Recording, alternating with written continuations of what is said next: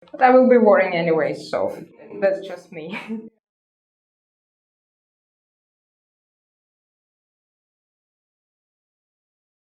Hi everyone, my name is Into Niilo. I'm a designer from Moscow, Russia. I'm not a jewelry designer initially. I'm actually an accessory and footwear designer. I received my education first from Moscow, Russia, and then I made my MA in footwear design in London College of Fashion. Then I realized that I'm actually no more interested in footwear, and I slowly shifted towards small sculptural forms. So this is how I started jewelry, and this is how I feel myself at the very right place. Often we are visiting artists in their studio, but because you're from so far away, maybe you could little bit describe what is your daily surrounding. Do you have a studio? What kind of studio setup you have? Do you share it with someone? What is the social life around your studio? Yes, that's actually a pity that I can't invite you to my studio because it's in Moscow. I do have it, and I share it with my husband. And it's not just a regular jeweler workshop. My studio is quite an experimental space where I do some current projects. But besides my studio, I actually travel daily a lot around Moscow because I'm working with many workshops and many studios, and that's actually my daily routine.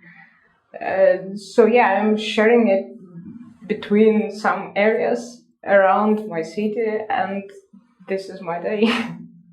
Feels like bodily sensations are really important part of your creation. How do you find your topics? How do you collect your ideas? Because when I was looking at your social media account, then I saw really this kind of strong images, really like emotionally, even a little bit I would say provocative images. So how do you define your style, and how do you get your ideas? Well, first of all, thank you. Yes, well, my last projects that I was working on for 3 years, they all are body related. And well, actually, body is the easiest thing for anyone for understanding, because like it's really easy for quoting because everyone have it. And I don't really think that I'm provocative. At least that's not what I'm aiming at. I just, I don't know. It's just how I feel, and because like the current project, by the way, this exhibition is all dedicated to my huge project from 2 years, precious parts, and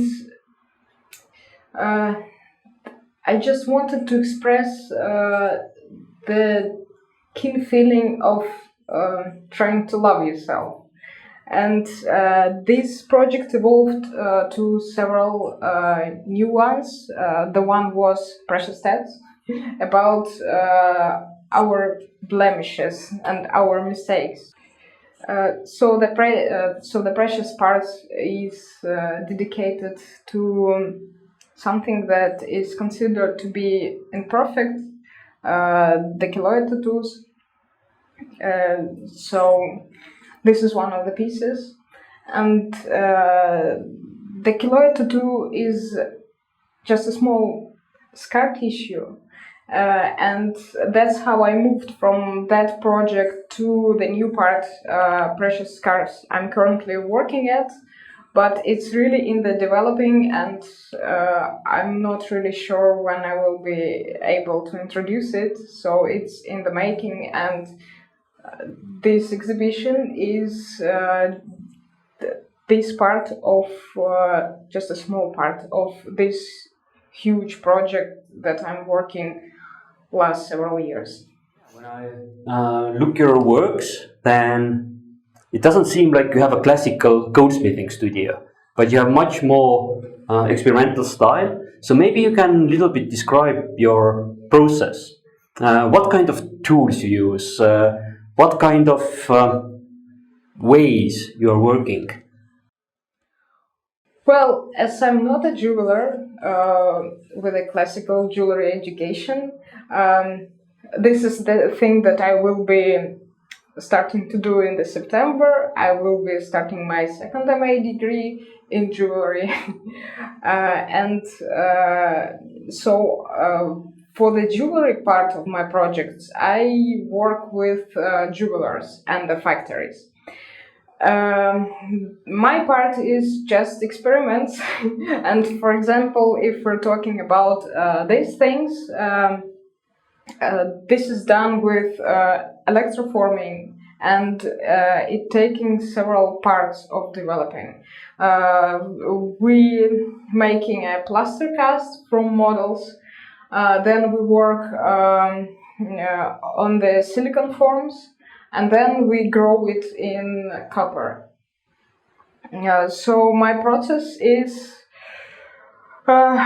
for the cast part, for instance, we just invite models, we work with them like for a day or for a week, and we make the plaster cast, and then we're working with the plaster casts and develop the silicon forms and everything, and it's forever process.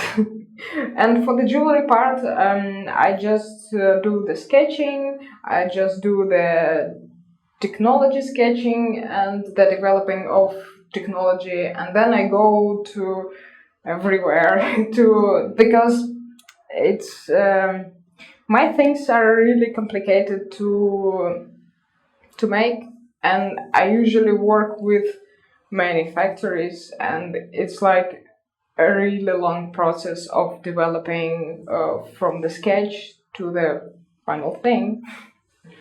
As an activist art, Russia is kind of the cutting edge country because you're having basically the most, I don't want to say radical, but the most politically touching artists like Pussy Riot, Oleg Kulik, Pyotr Pavlensky, Vaina. So do you see also that you have some kind of activist agenda or some kind of political agenda behind your pieces, or how do you feel about that? Yes, this is actually a question of my concern, because when I was younger, when I was a student, my art was more about reaction. It was more reactive to the things, to the social things around me. Currently, sometimes I feel sadness because I'm not that activist like the people you listed. I was always thinking on that when you have an idea, it's not necessarily an immediate reaction to things happening, but it's a product of you constant thinking on that.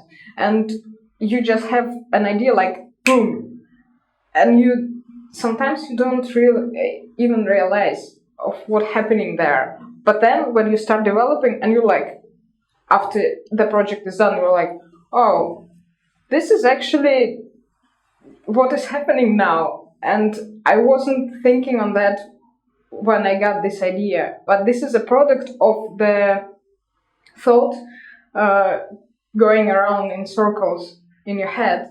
And so, yeah.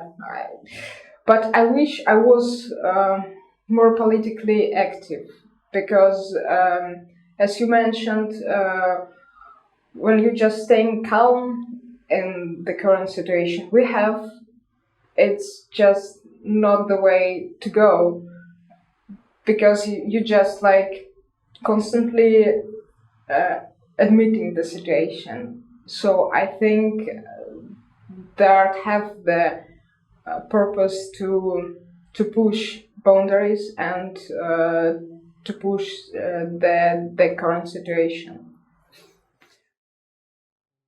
Art world is turning more and more global all the time, especially thanks to internet. And before we were able to speak about Russian artists and German artists and Dutch artists, but now there are artists like Estonian born, Berlin living, and in Tokyo working artist. So how do you see yourself? What is Russian in you and in your art, and what is global? And do you feel this kind of struggle sometimes, or the struggle of identity in that way? I was asked this question by my tutor, and it was like about your background that gives you the push in your art. And this was the time of Gosha Rubchinsky in fashion industry, as you know. And I was constantly thinking on that, what is Russian in me? In fashion, where I came from, when you talk about Russian fashion, as it was previously, like 10 years, 20 years ago, it's like a super tedious thing about elav. And for me it was, and what is my Russian thing? I'm not about 90s theme that was Gosha Rubchinsky, and I was like, so what made me Russian? What is the Russian part in my art? And I have the answer, the precise answer to this question. I think the Russian part in me is the spleen I have in my heart. It's like the very dark part in me. In your artistic statement, you didn't describe yourself as he or she, but you said they. So it looks like you're not the biggest fan of gender. How do you identify yourself, and how does it express in your pieces? Because it feels like it's something important for you. Well, actually, my preferable pronouns is it, which is not commonly used, which is not used at all. But for me, it's like, it's not the insult, because normally people in Russia, and not only in Russia, some people, using it to insult you. But for me, it's not an insult. So for me, it's not necessarily to use gender on everyday needs, because for me, you only need gender in one sexual situation, let's call it like that. So when you're an artist, when you work, you don't normally use it, because why do you need so? And yes, in my art, I started to do psychotherapy a year ago, and I actually know what the gender part in my art is. So initially, dysmorphophobia is when you don't like something in your appearance, and for me it's a complicated thing, because I think when I was younger, even though I didn't realize it, but I didn't accept me as I am. So this is because I was dysmorphophobic. But the older I grow, the more I understand, this is my body, this is it. And I started to try to love it. So this project is actually about me trying to love a human in me. So this was the point, that I always accepted a human part in humans, but I was denying my own human part. So it's not necessarily gender related, but it as well gender related thing. Yeah, in Estonia we mostly get information through media, and it looks like it's not that easy to talk about sexuality and about gender issues so freely. But as a local, how do you feel? How liberal you feel Russian art world and Russian media is right now? Is it easy to talk about that kind of topics, or you have to kind of select your words or select the images that you post? Everything is not so free, or how do you feel? Well, actually, for me, body thing is not necessarily a sexual thing. It's just a functional thing, actually. Sex is sex, and body is our function. And just as you told, but it's internationally. Instagram bans everything body related, or as they say, sexually related. But it's the perception. You sexualizing the body. It's not about sex. It's about humanity. And so it's a current situation is in Russia as well.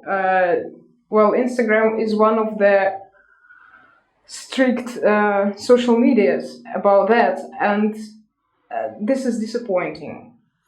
About Russian medias,